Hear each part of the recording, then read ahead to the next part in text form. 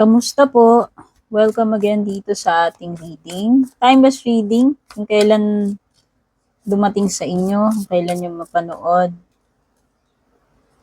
Baka para sa inyo tong reading na to or mga messages dito.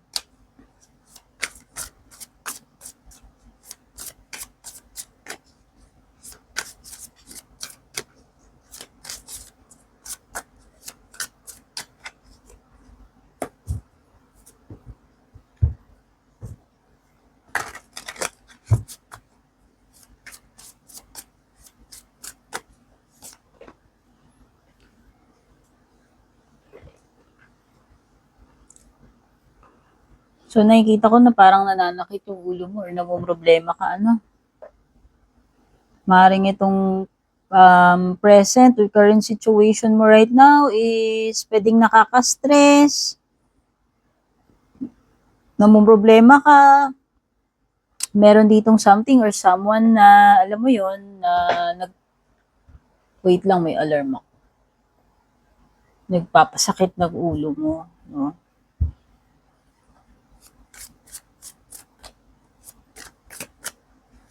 Something or someone na maaaring magkukos ng stress sa'yo.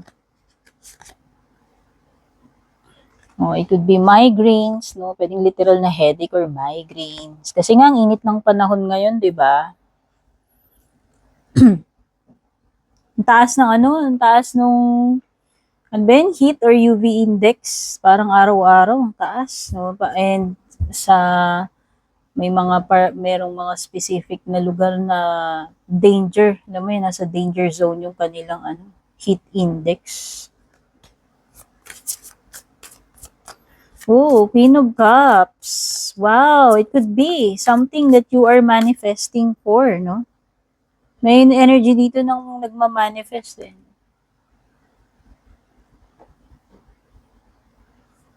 Kiniklaim, mina-manifest na sana mangyari. 2 Wands. Okay. 2 Wands. Merong mga bagay dito na maaaring i-postpone muna. Particular kung merong mga travel dito, travel plans, ayan, particular about plans or traveling, parang meron ditong mga bagay na isasantabi muna eh. Okay? Ipagpapaliban or isasantabi muna.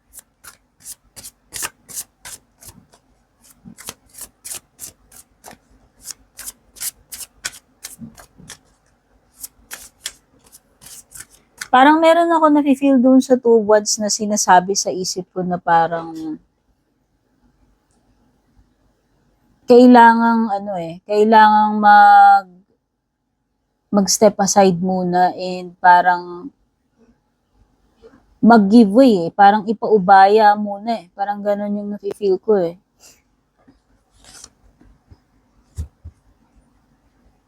Okay, so parang ang energy ng 2 Wands, kung ikaw yan, parang ang sinasabi, sige, parang ako na lang muna yung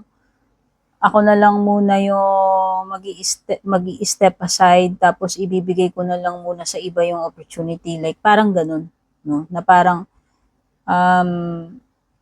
instead na makipagsabayan ka pa doon, eh parang mag-over ka na lang, nasasabihin mo na lang, okay, mag-step back na lang ako, bigay ko na lang muna yan sa inyo, bahala na muna kayo dyan, kayo na lang muna mauna, or sa inyo na lang muna yan, parang ganun.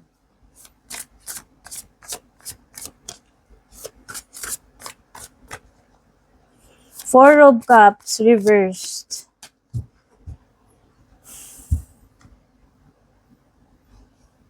Dito sa Four of Cups reversed, parang yung kung nung una, parang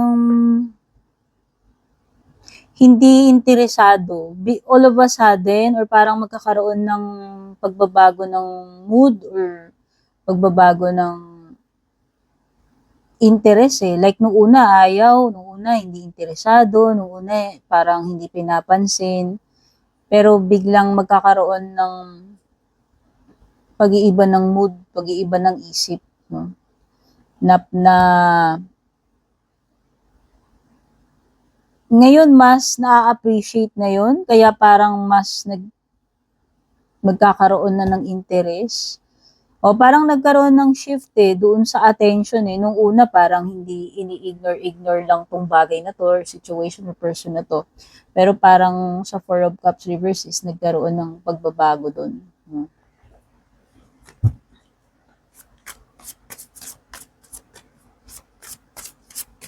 Wow, nakikita ko dito na nakaka-attract ka with the Queen of Cups ha. Pwede kang sabi ko nga yung something na mina-manifest mo Pwede mong makuha yun Oo.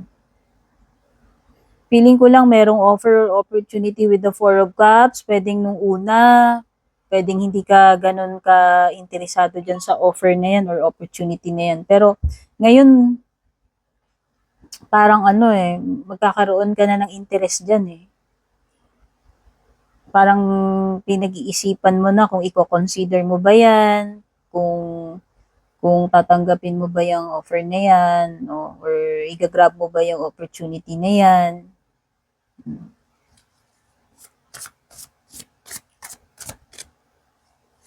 Pero nakikita ko nga dito with the Two of Wands, parang kung may pagta-travel man, pwedeng hindi ka pa makapag-travel or makaalis, no? Sabi ko nga parang merong something doon na mga plans or traveling na hindi na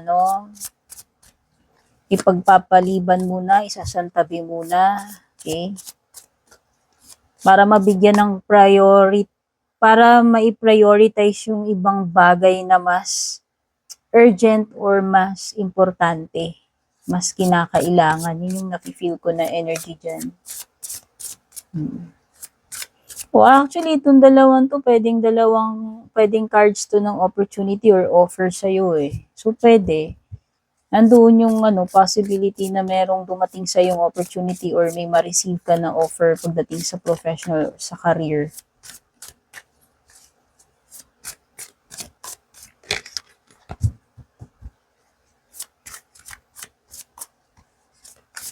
Pwede kasing dalawa yan Pwede yung isa, pwedeng namimili ka. And pwedeng yung isa, hindi ka ganun nung at first, parang hindi ka ganun ka-interesado. Pero nakikita ko this time with the Four of Cups, pwedeng maging interesado ka na dyan So, pagdating naman dito sa love life mo, person na kakonect mo, karelasyon mo, tignan naman natin yung energies.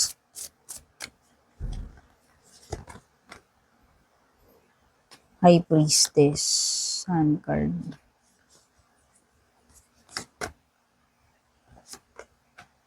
Actually, hindi happy ngayon tong person na to. Pinakikiramdaman ka niya. Actually, iniisip ka niya, pinakikiramdaman ka niya. Hindi siya ganun ka-happy right now. Hindi ko alam. Pwedeng not feeling well.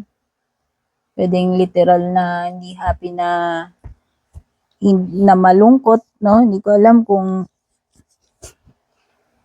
meron ba siyang dinaramdam, feeling off.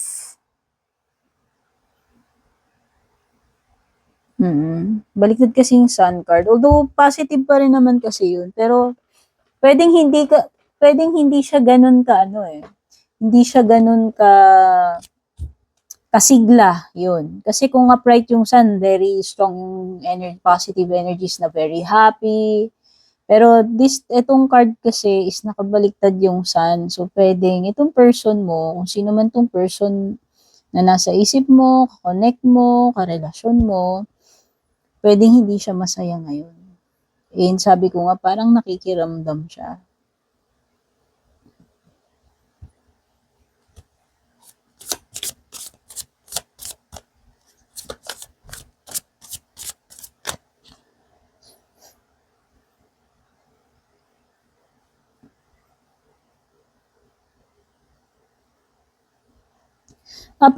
Feel ko sa kanya is parang unstable yung energy niya. Aside doon so sabi ko parang hindi siya ganun ka-inspired, ka-happy, kasigla, no? Hindi siya ganun ka-okay. Parang meron siyang something na pinag-iisipan ng mabuti or pinakikiramdaman with the Priestess, tas meron ding Seven of Pentacles reverse dito.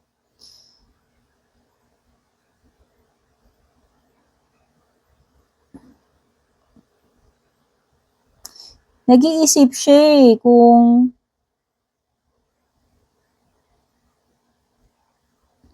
nag-iisip siya kung ito ba, itutuloy pa ba niya? Tutuloy niyo pa ba tong connection niyo, relationship niyo? Might be na yun yung pinag-iisipan niyang mabuti rito. But, baliktad din nga pala Emperor, no? So, feeling ko, meron siyang mga gustong sabihin sa'yo, pero hindi niya masabi. For some reason, baliktad si Emperor. Wala siyang guts, lakas ng loob, balls na sabihin to. Kaya parang nananahimik siya ano. Hindi ko nga alam kung ano ba kayo, may cold or silent treatment with the High Priestess. Kasi parang may energy dito na parang hindi nagsasabi, nananahimik, no? Yun yung nafe-feel kong energy. Pero, hindi niya sinasabi kasi nga wala siyang tapang, lakas ng loob, guts or balls na sabihin yan to your face. So, ang ginagawa nito ng tao na to is silent nanahimik siya and pwedeng kinikip niya yung sa sarili niya. Oo, silent. Nagiging ano siya parang ang ginagawa niya instead na sabihin niya parang pinakikiramdaman muna niya yung situation or pinakikiramdaman ka niya. Pero ang masasabi ko, hindi okay. Hindi siya okay. Pwedeng hindi siya happy, hindi siya kontento. Sabi ko nga ito. Pwedeng yun. Baka kasi nag-aalangan siya sabihin. Kasi kung yun yung problema niya, pwedeng hindi niya masabi sa'yo na hindi siya happy sa kung ano yung nangyayari. Ano yung nagiging dito sa sitwasyon ninyo, sa relationship ninyo. Kasi ayan, Chariot reversed.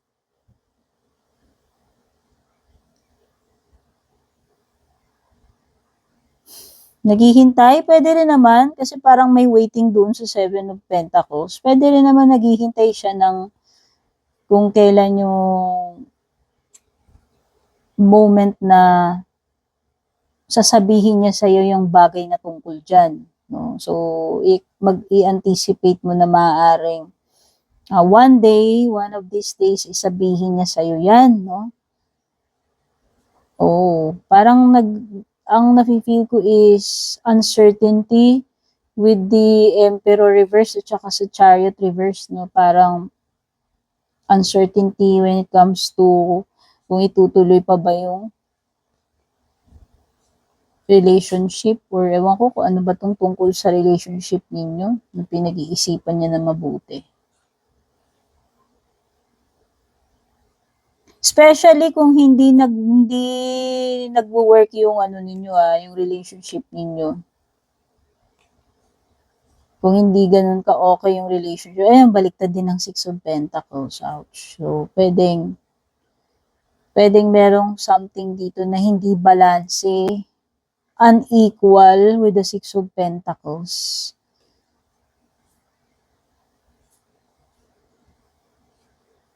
No, pwede. Pwede naman kung halimbawang nafe-feel mo na hindi kanya nare-reciprocate, no, sa Six of Pentacles.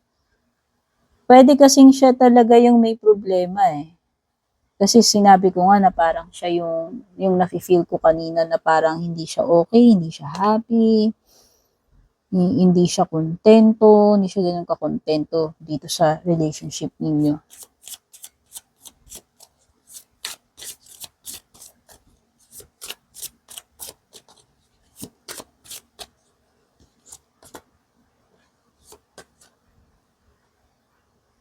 Oh.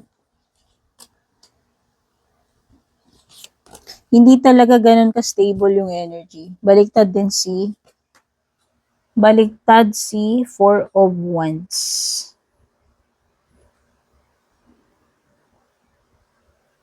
Ouch!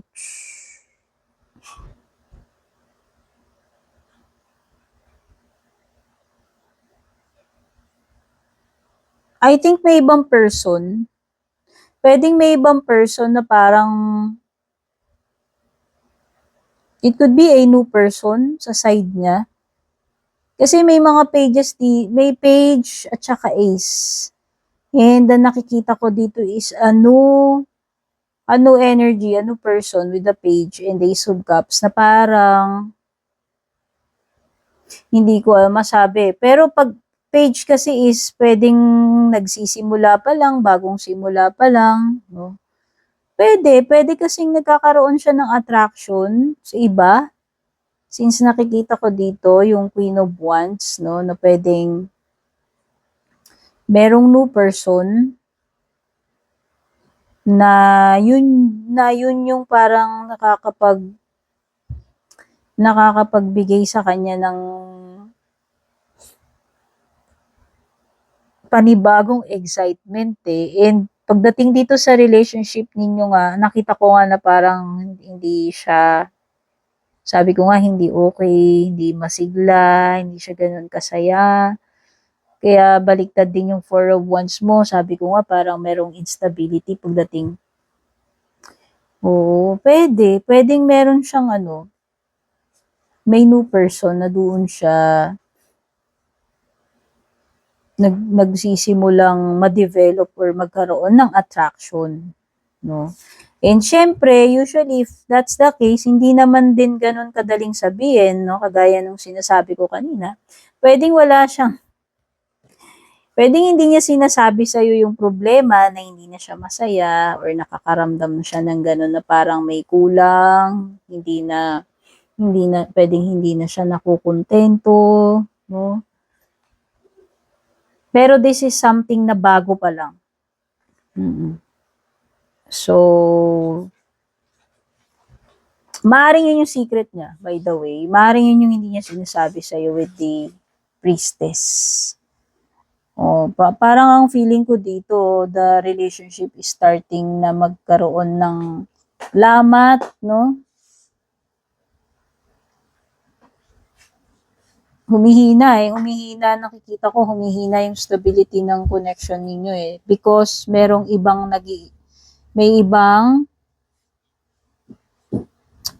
nag-i-interfere yung new person na which is parang doon siya nagkakaroon ng fascination, attraction, no? So tignan natin. Mga signs na lumilitaw dito, pwedeng merong Aries kasi nandiyan si Emperor. Pero it could be any sign. Pwede rin namang may Leo, may fire, may water, or other air signs. So, what's next?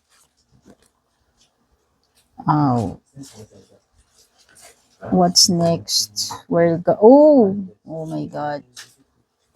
May page talaga, may new person dear. So, nakikita ko dito is possible na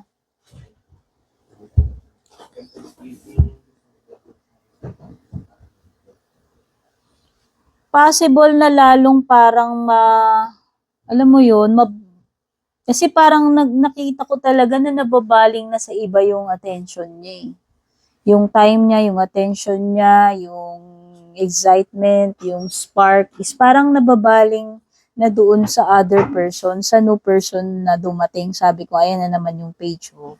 And ang nafe-feel ko, lumitaw yung page of swords most likely sa mga following days or weeks, sa mga susunod na time pwedeng lalong mag-diminish yung nabibigay niyang oras, attention, and yung pakikipag-communicate niya sa'yo. So, parang nakikita ko parang humuhulas or paano ba?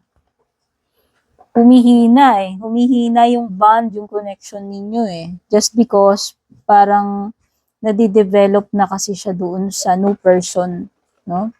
This is a new person, masasabi ko sa'yo kasi andyan ang pages at saka ace. Pero kahit na new person, parang, alam mo yun, ganun siya ka-attracted dito sa new person na to. Enough para mawalan siya ng gana sa'yo, hindi na siya masyadong, makipag-communicate, magbigay ng time sa'yo. Okay. I can see a possible na ending with the world card dito. Especially kung yung connection nilang dalawa is mas lalo pang mag-level up, ayan o. Kasi parang may nasisense akong pagle-level up eh.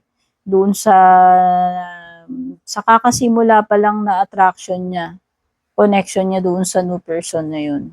Eh most likely, pwede rin magkaroon ng parting of ways sa inyong dalawa. And mag-continue pa rin yung connection niya with the new person.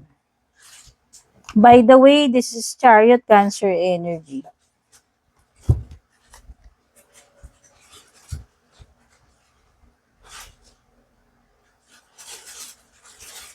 Ayan o, may pagbabago talaga eh.